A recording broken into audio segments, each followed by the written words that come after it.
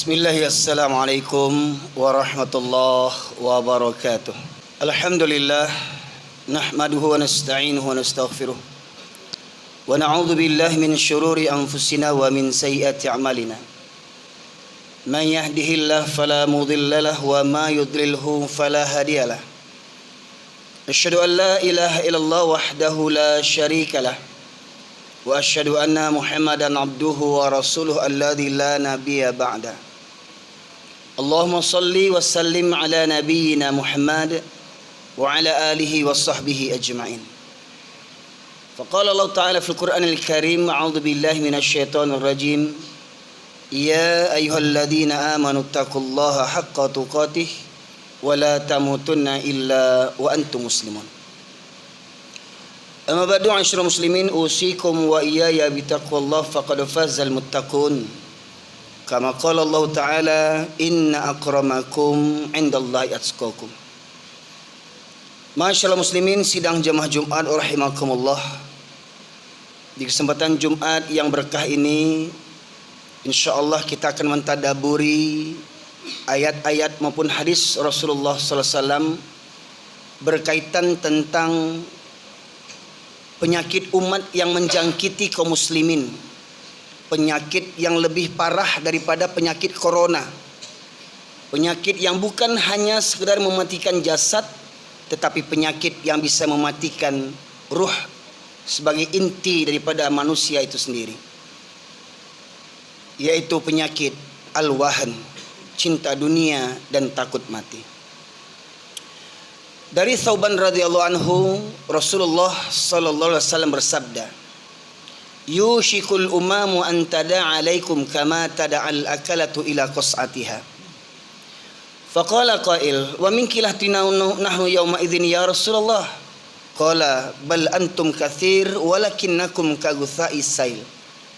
Wa la yanza'anallahu min suduri aduwikum mahabbata minkum wa la yaghzifanallahu fi qulubikumul wahn.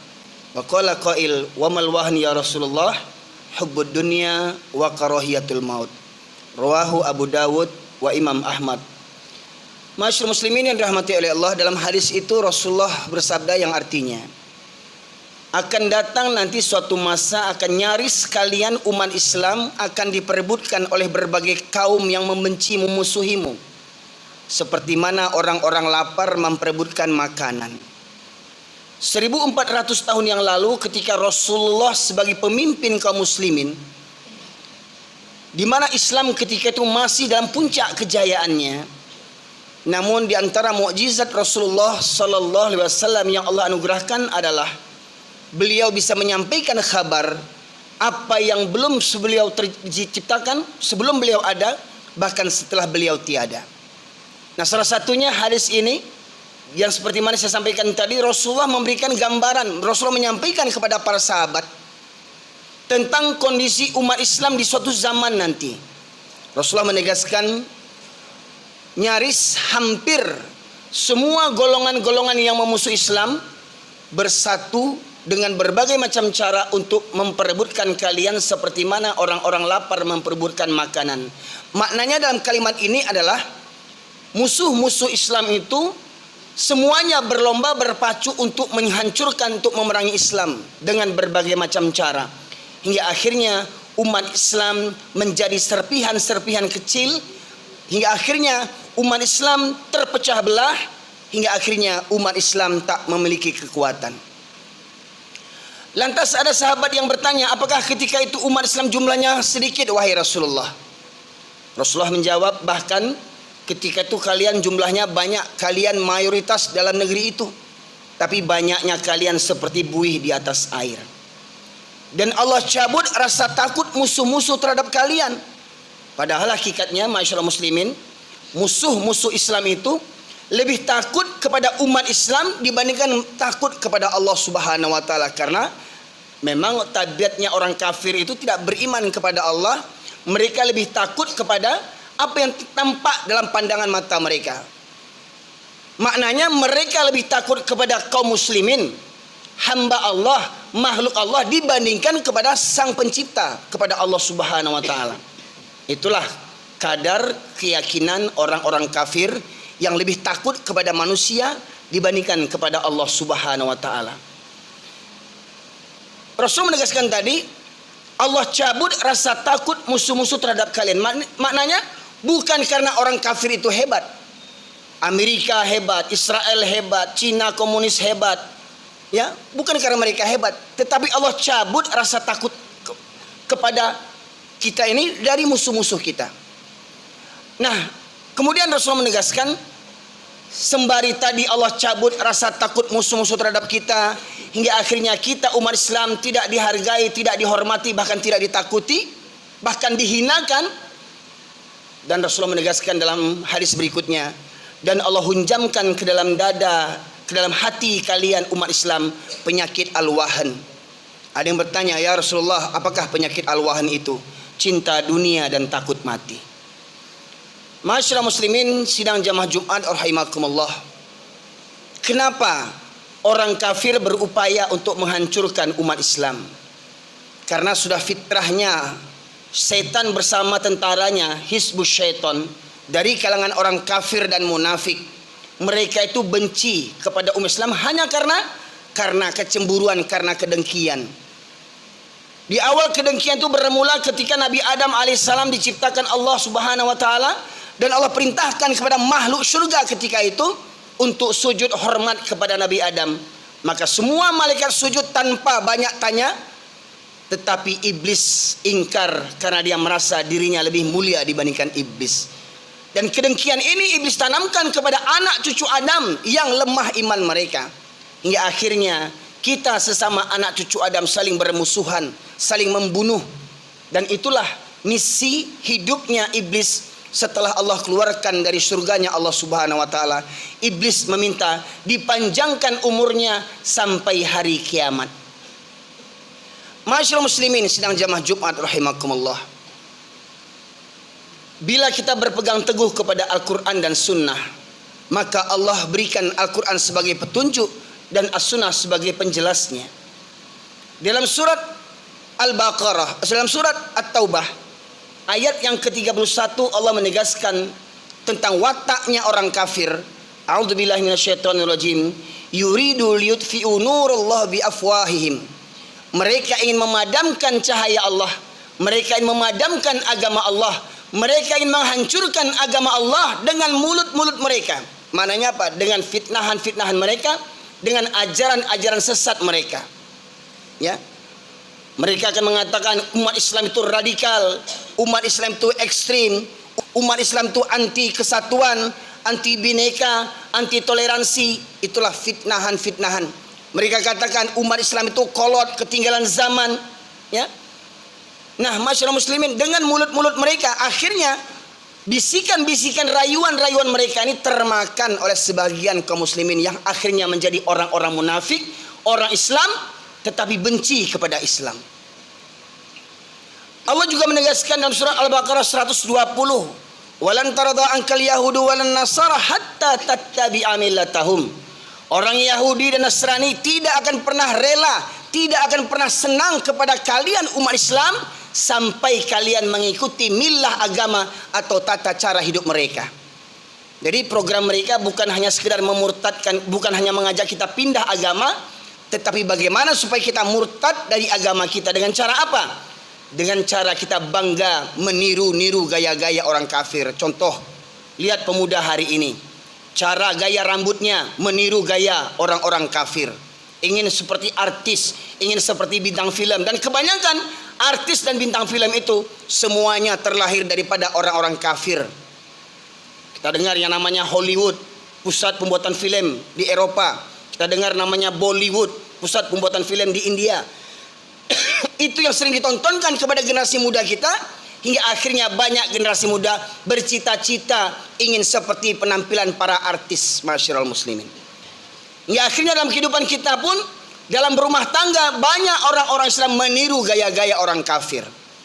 Jadi masyaallah muslimin, orang kafir Yahudi dan Nasrani, mereka tidak akan pernah rela kepada kita umat Islam sampai kita ini meniru-niru tindak tanduk agama mereka. Contoh, kalau dulu kita mengenal, kita mengetahui orang Nasrani itu sembahyangnya beribadahnya, kebaktiannya seminggu sekali di hari Ahad saja. Nah ternyata tabiat orang Nasrani ini banyak ditiru oleh orang Islam. Banyak orang-orang Islam, laki-laki muslim yang hanya sholat di hari Jumat saja. Ada orang Islam yang sholatnya seminggu sekali, hari Jumat saja sholatnya. Kalau ditanya kenapa kamu sholat seminggu sekali, daripada nggak ada.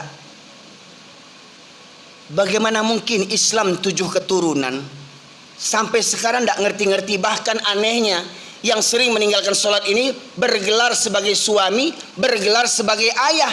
Ada ayah orang, ayah dari anak-anak kaum muslimin, dia menjadi ayah orang, tetapi sholatnya seminggu sekali. Masyaallah muslimin. Ini orang Islam yang meniru orang-orang kafir, ya. Gaya hidup, gaya pakaian, ya. Banyak para pemuda gandrung dengan lagu-lagu, dengan musik-musik, tapi jauh daripada Al-Quran.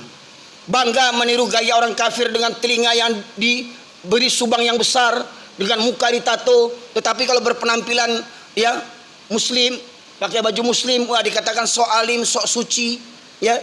Masyaallah muslimin yang dirahmati Allah.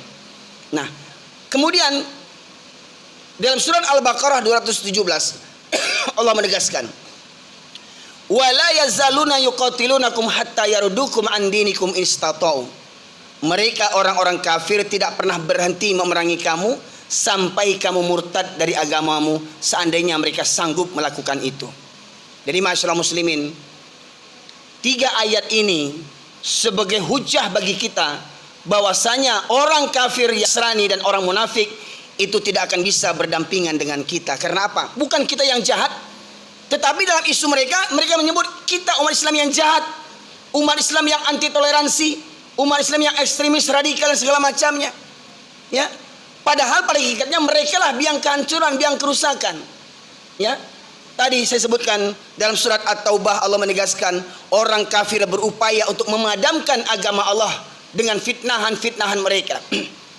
Al-Baqarah 120 Allah menegaskan orang kafir Yahudi Nasrani tidak akan pernah rela melihat kita umat Islam sampai kita mengikuti agama ataupun gaya hidup mereka. Dan Al-Baqarah 217 Allah menegaskan mereka orang kafir tidak pernah berhenti memerangi kita sampai kita murtad dari agama kita.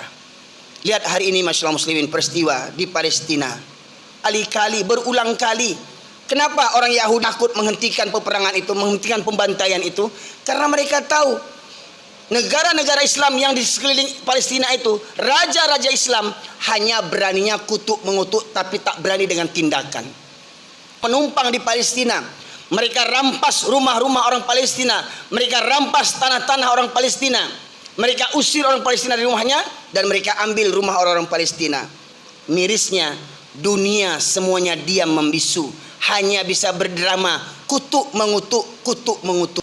Pertanyaannya, negara Islam mana yang mengirimkan tentaranya untuk membantu saudara-saudara kita di Palestina? Lihat, konon katanya PBB, pemelihara kedamaian dunia.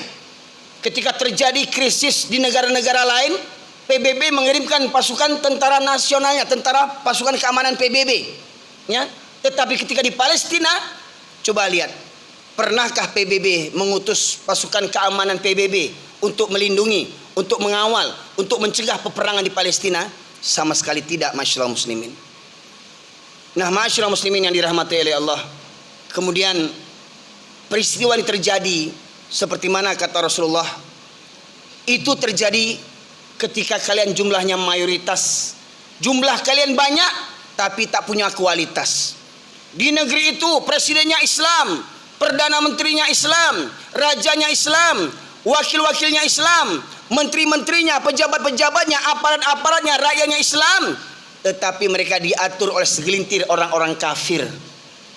Kekayaan negara itu dimiliki oleh segelintir orang-orang kafir di negeri itu, masyaallah muslimin. Dan mirisnya, warga penduduk yang beragama Islam mayoritas tak berani berbuat apa-apa kecuali menjadi kacung dan budaknya para orang-orang kafir. Kemudian dalam hadis berikutnya Rasul menegaskan Allah cabut rasa takut musuh-musuh terhadap kalian. Maka ini terungkap dari perkataan seorang tokoh Yahudi bernama Goldamir. Dia mengatakan, kita tidak perlu takut kepada umat Islam selagi masjidnya umat Islam di waktu subuh tidak seramai seperti waktu sholat Jumat. Contoh lihat masjid kita hari ini. Masjid kita hari ini lihat, hari Jumat penuh sampai ke belakang, sampai anak-anak keluar. Pertanyaannya, bagaimana di waktu subuh? Bagaimana di waktu subuh? Apakah seperti begini jamaahnya? Pertanyaannya, mohon maaf, apakah di komplek ini sudah ada gereja? Sudah ada banyak orang Nasrani? Nah, pertanyaannya, ketika subuh kaum muslimin tak hadir kemari, kemana perginya kaum muslimin itu? Maka benar kata Rasulullah, dua solat yang berat bagi orang munafik adalah solat Isya dan solat subuh berjamaah. Jadi orang Islam yang sering meninggalkan solat Isya dan subuh berjamaah, maka pada hakikatnya kata Rasulullah, mereka itu orang-orang munafik, musuh Islam dari dalam, menggunting dalam lipatan, menjadi duri dalam daging, melemahkan kekuatan umat Islam. Kenapa orang Yahudi mengukur kekuatan umat Islam dari jamaah masjidnya? Karena mereka tahu kalau dalam sebuah negeri, dalam sebuah kampung, dalam sebuah masjid, ya, jamaahnya lengang, berarti jamaah itu, warga itu, rakyat itu lebih banyak orang-orang munafiknya. Siapa mereka? Orang yang cinta dunia dan takut mati. Oh, kalau untuk mencari dunia, ya, tengah malam, ya hari ini, siang jadi malam untuk cari duit, siang jadi malam, malam jadi siang. Gunung kan didaki, lautan diseberangi, tapi miris surau terlewati. Sidang jamaah Jumat rahimakumullah, begitulah gambar umat Islam hari ini. 8 perkara yang bisa menjadi Tuhan bagi manusia. Apabila itu terjadi, maka kelak negeri itu akan hancur agama Islamnya. Dalam surat At-Taubah ayat yang kedua, ayat ke-41, ya, At-Taubah 24, Allah menegaskan, Qul in kana aba'ukum wa abna'ukum wa ikhwanukum wa azwajukum wa ashiratukum wa amwalun iktaraftumuha wa tijaratan takhshawna kasadaha wa masakina tardawnaha. Ada 8 perkara apabila bapak-bapakmu, saudara-saudaramu, anak-anakmu, istri-istri atau suamimu, sanak familimu, harta kekayaan yang kamu cari, perniagaan, pekerjaan sawah ladang yang kamu khawatirkan kerugiannya, dan rumah tempat tinggal yang kamu cintai, ahabba ilaikum minallah wa rasulih wa jihadin fisabilih, apabila semua itu lebih engkau cintai daripada Allah dan Rasulnya serta berjihad di jalannya, maka tunggulah sampai Allah mendatangkan keputusan dan azabnya, dan Allah tidak memberi petunjuk kepada orang-orang yang fasik. Ingat, 8 perkara tadi bisa menjadi Tuhan selain daripada Allah. 8 perkara tadi. Kapan dia bisa menjadi Tuhan selain daripada Allah? Yang pertama tadi, orang tua. Yang kedua, anak. Yang ketiga, saudara kakak beradik. Yang keempat, istri ataupun suami. Yang kelima, sanak famili, keluarga kita. Yang keenam, harta kekayaan yang kita buru, yang kita cari, yang kita bangga-banggakan, yang kita pamer-pamerkan. Yang ketujuh, perniagaan, pekerjaan, bisnis kita, sawah ladang kita. Yang kedelapan, rumah tempat tinggal kita. Kapan ini bisa menjadi Tuhan selain daripada Allah? Ahabba ilaikum, apabila lebih engkau cintai daripada Allah dan Rasulnya serta berjihad di jalannya, maka tunggulah sampai Allah mendatangkan azabnya. Masyaallah muslimin yang dirahmati Allah, pertanyaannya, apa yang menyebabkan seorang laki-laki muslim malas datang ke masjid? Apa yang menyebabkan itu? Tak lain dan tak bukan 8 perkara ini penyebabnya. Ada orang muslim yang rajin sholat tapi lebih senang solat di rumahnya. Maka benarlah kata Rasulullah, 2 solat yang berat bagi orang munafik adalah solat Isya dan subuh berjamaah. Maka barang siapa yang sering tidak mendatangi subuh berjamaah, Isya berjamaah, maka kata Rasulullah, merekalah orang-orang munafik. Maka mari tanya pada diri kita, benarkah kita seorang muslim kalau solat kita berjanji asyhadu an la ilaha illallah wa asyhadu anna muhammadar rasulullah? Kalau berzikir kita berkali-kali la ilaha illallah, la ilaha illallah. Dalam solat kita membaca inna solati wa nusuki wa mahyaya wa mamati lillahi rabbil alamin. Solatku, ibadahku, hidup dan matiku hanya untuk Allah. Benarkah itu adanya? Maka tanyalah pada diri kita sendiri sebelum kematian menjemput kita. Fa'tabiru ya ulil albab la'allakum turhamun. Alhamdulillah alladzi khalaqal mauta wal hayata liyabluwakum ayyukum ahsanu amala wa huwal azizul ghafur. Asyhadu an la ilaha illallah wahdahu la syarika lah wa asyhadu anna Muhammadan abduhu wa rasuluhu alladzi la nabiyya ba'da. Allahumma shalli wa sallim ala nabiyyina Muhammad wa ala alihi wa sahbihi ajma'in. Qala Allah Ta'ala fil Qur'anil Karim, a'udzu billahi minasyaitonir rajim. Ya ayyuhalladzina amanu taqullaha wa qulu qawlan sadida yuslih lakum a'malakum wa yaghfir lakum dhunubakum wa man yuti'illaha wa rasulahu faqad faza fawzan azima. Masyaallah muslimin sidang jamaah Jumat rahimakumullah. Dalam khutbah yang kedua ini kita ambil kesimpulan daripada uraian khutbah yang pertama. Yang pertama adalah kita harus memahami orang kafir tidak pernah berhenti memerangi kita. Mohon maaf, jangan kita merasa merdeka. Oh, kita merdeka dari penjajahan Belanda. Ternyata setelah Belanda angkat kaki dari negeri kita ini, ternyata ada orang Belanda yang kulitnya sama dengan kita, yang hidungnya sama dengan kita peseknya, yang tingginya sama dengan kita, yang bahasanya sama dengan kita, yang hidup bersama-sama kita. Mental mereka lebih sadis daripada mental penjajah Belanda. Masyaallah muslimin, lihat, ketika 17 Agustus kita merayakan kemerdekaan, bagaimana kita mensyukurinya? Cukupkah dengan panjat pinang, dengan hura-hura, dengan joget-joget, dengan musik-musik, kemudian meninggalkan sholat? Masihkah kita mengaku orang yang merdeka? Alangkah gobloknya kita. Orang yang merdeka adalah orang yang terbebas daripada penghambaan kepada makhluknya. Orang yang merdeka adalah orang yang tidak pernah takut kepada manusia, takutnya hanya kepada Allah Subhanahu wa taala.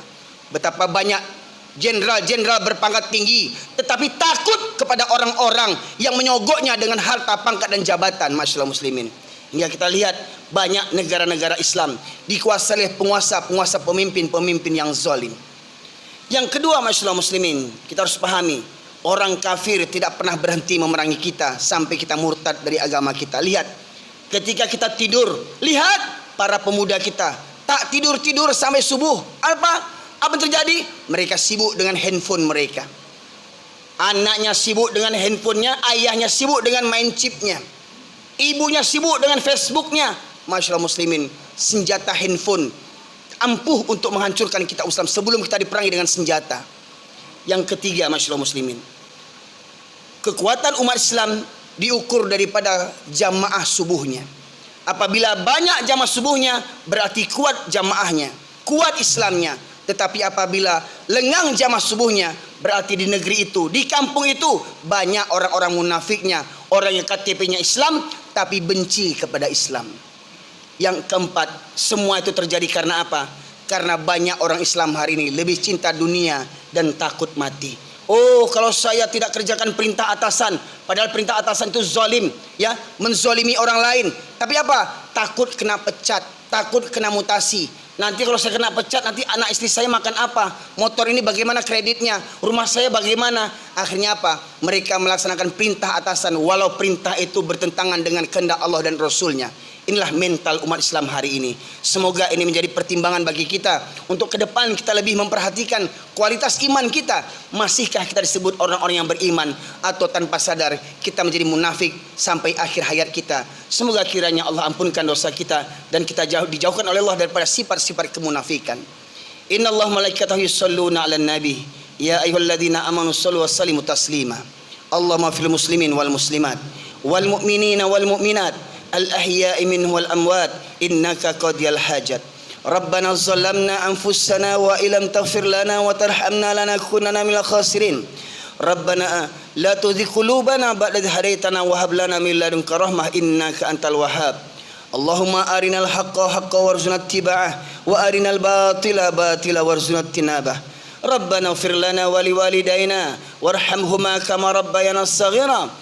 Rabbana hab lana min azwajina wa dhurriyyatina qurrata a'yun waj'alna lil muttaqina imama. Rabbana la tu'akhidhna in nasina aw akhtana. Rabbana wa la tahmil 'alaina isran kama hamaltahu 'alal ladzina min qablina. Rabbana wa la tuhammilna ma la taqata lana bih wa'fu 'anna waghfir lana warhamna anta maulana fansurna 'alal qaumil kafirin. Rabbana atina fid dunya hasanah wa fil akhirati hasanah wa qina adzaban nar. Subhana rabbika rabbil izzati amma yasifun wassalamun alal mursalin walhamdulillahi rabbil alamin. Muqimus shalah.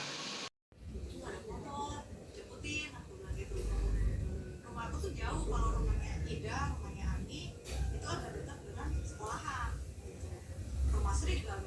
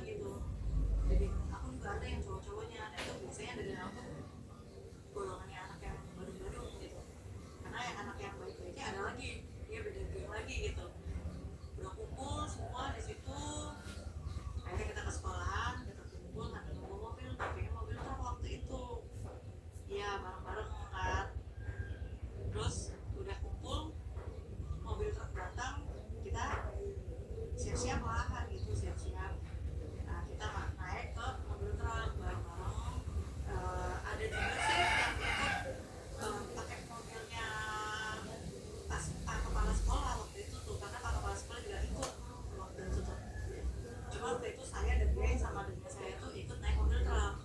Terus kita berangkat dari jam 8, jam 9 kita berangkat.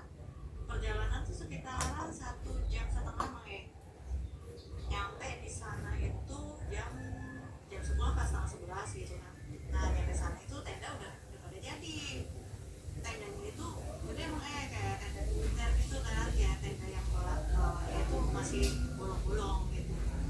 Saya sama Ida sama temen-temen kan pengennya satu tim gitu kan, Pau tuh ngomong gitu, ya udah kayak sok mulai dibikin timnya, dibikin kelompok ya, karena kan ini tendanya hanya ada beberapa tuh, jadi kalian dibagi ya gitu kan, per tenda minimal 10 orang. Nah jadi the geng kita itu kan the geng Badung-Badung gitu, tapi kita kurang nih karena kan the geng kita cuma 4 ya yang ceweknya, sisanya kan cowok yang banyaknya. Nah kita ngambil teman-teman kita yang lain kayak Ismi dengan Nawati, terus ada Latifa, terus ada Dewi, Iis kalau nggak salah. Kita satu tim di situ. Nah sempet kan kita kan ngobrol.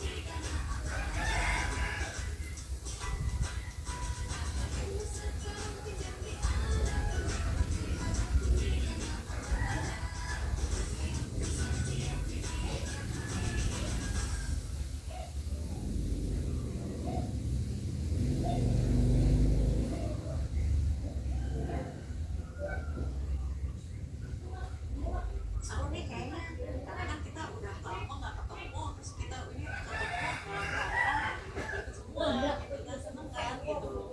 Nah udah gitu di satu tenda itu kita beres ya. Jam 1 itu kita mau ngadain acara yang namanya jam sama cari jejak. Hari itu tuh pas hari pertama itu acaranya cari jejak, lebih ke cari jejak karena cari jejaknya itu dari jam 1 sampai ke jam 5 gitu, lama gitu. Pas jam 12 itu Pak udah woro-woro, nanti jam 1 kumpul ya di area lapangan. So kalian mau pada makan siang dulu, makan siang, mau pada sholat dulu, kata kayak gitu. Jadi jam setengah 11 sampai jam 12 itu kita free, kita ada yang foto-foto, ada yang gimana gitu kan. Udah jam 1 kita kumpul kita kumpul di area. Terus udah gitu si Paul bilang per tim itu, per kelompok itu harus bawa logistik ya, karena kita akan muterin gunung itu jauh, tuh jauh katanya. Terus nanti kita di tengah jalan kan mau ada kegiatan militer, jadi cari jejaknya itu kayak bener-bener kita masih sekolah gitu, kita diadakan seperti itu biar seru aja gitu kata Paulnya.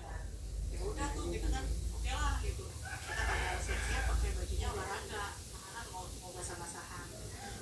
Udah pada siap-siap ya, bawa logistik ya, bawa minum, terus bawa cemilan-cemilan. Akhirnya kita aku bawa rasel kecil gitu, bawa takut aja lah teman-teman aku, kalian gimana, ada pada bawain nggak, ada yang bawa obat lah, barangkali ada sakit gitu kan, ada yang bawa obat, ada yang bawa makanan di sekitar. Ternyata makanya ke tenda itu, tenda aku dihubung sama ulet bulu sampai tenda tuh makanya. Terus kaget kan, temen-temen yang lain pada teriak, awas itu ulet bulu ya. Hah? Mana? Aku tuh sampai kaget histeris kan, mana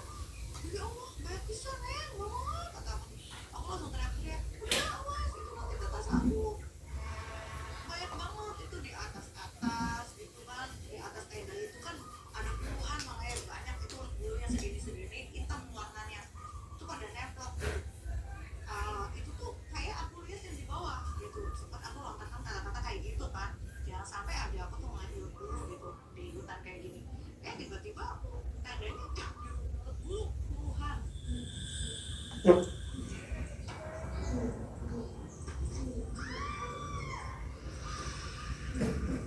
nggak tahu tuh jatuh dari mana ada dua ulet bulu nyemplung ke kepala aku di perut aku. Itu teman aku langsung gini notice itu itu di kepala aku ada ulet bulu juga katanya gitu. Wah aku teriak-teriak ini langsung aku pengen buka hijab kan, aku buka kerudung aku. Mungkin pas aku buka kerudung aku itu bulunya tuh pada ngambur ya, pada berterbangan nempel ke sama ke tangan. Betul aku tuh nangis aku di situ. Wah nangis udah nggak mau gitu. Terus sama temen kakak kelas ada yang dia bawa bukti gitu diumbarin semua gitu kan. Makanya kata si aku sih ngomongnya macam-macam katanya gitu, dia juga ngomong macam-macam. Ya nggak tahu, kirain yang ngomong emang aku bener kok, aku nggak mau ketemu ulang dulu kata aku tuh. Aku kan nggak mau macam-macam. Ya iya jadinya kamu yang didatengin katanya gitu. Kontak ya. Iya itu cuma aku doang mah yang ditemplokin ulat bulu itu, yang lain enggak, tenda lain enggak ada kejadian aneh-aneh, tenda aku doang itu waktu itu tuh. Aku sampai ya udah yuk ke warung dulu kan gitu kan, karena kan aku kan udah siap kan, ke warung dulu yuk ke warung. Itu aku sambil bersihin ini yang bentol-bentol kan, udah gitu dikasih sama kakak kelas kalau nggak salah, dikasih daun apa gitu kan buat nganuin yang bentol biar cepat reda katanya. Aku nggak tahu dari mana dia dikasih itu daun-daun apa gitu. Aku tuh digoreng itu gitu, udah sambil makan gitu, udah nggak perih lagi itu tuh. Di warung itu kita ngobrol-ngobrol, kebetulan ada guru aku namanya Bu Linda. Nah Bu Linda itu tadinya kita ngobrol, dasar aku tuh orangnya gimana ya, ngomong tuh emang ceplos aja gitu mah ya. Udah tahu barusan aku dapat itu ya, dapat kejadian yang aneh. Aku lihat Bu Linda itu dia ngomong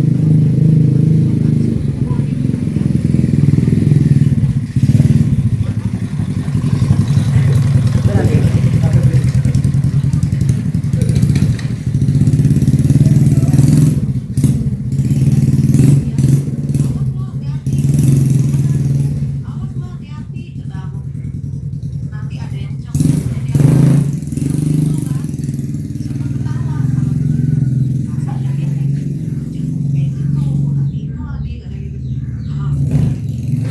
Itu berarti saya kan orangnya suka ceplos gitu ya waktu itu.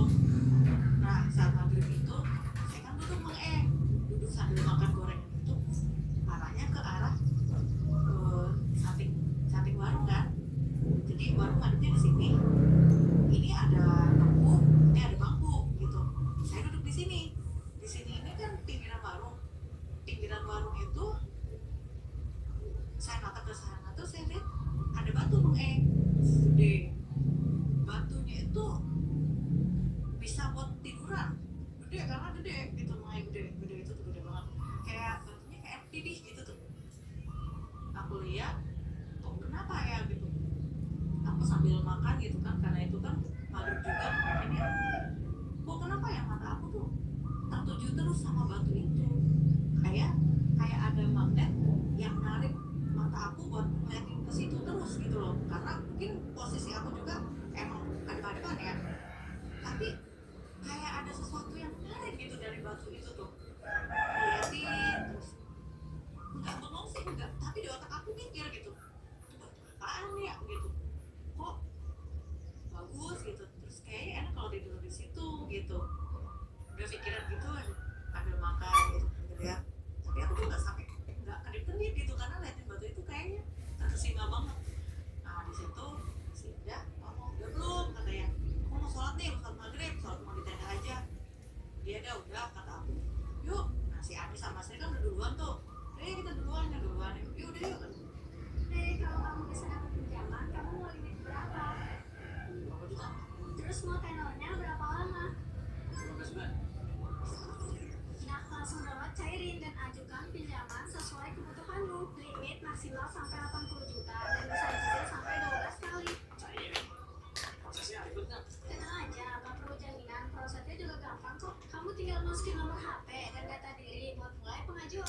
pengajuannya bisa dihubungin kapan aja. Nanti tetap ada proses verifikasi ya. Biayanya jelas dari awal, prosesnya transparan. OMG, aku udah dapat 60 juta. Kamu yang lagi nonton, tunggu apa lagi? Klik link di bawah video dan cobain sendiri.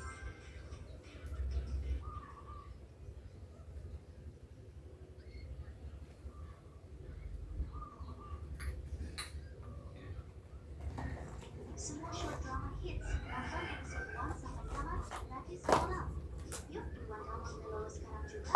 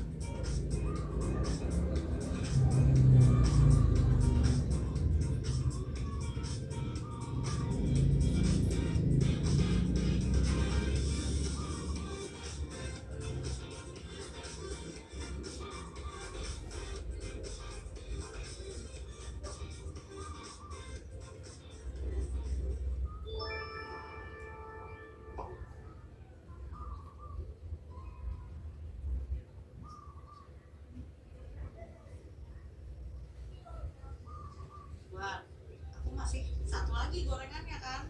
Ntar dah, aku bilang itu kan tanggung. Satu lagi, terus apa?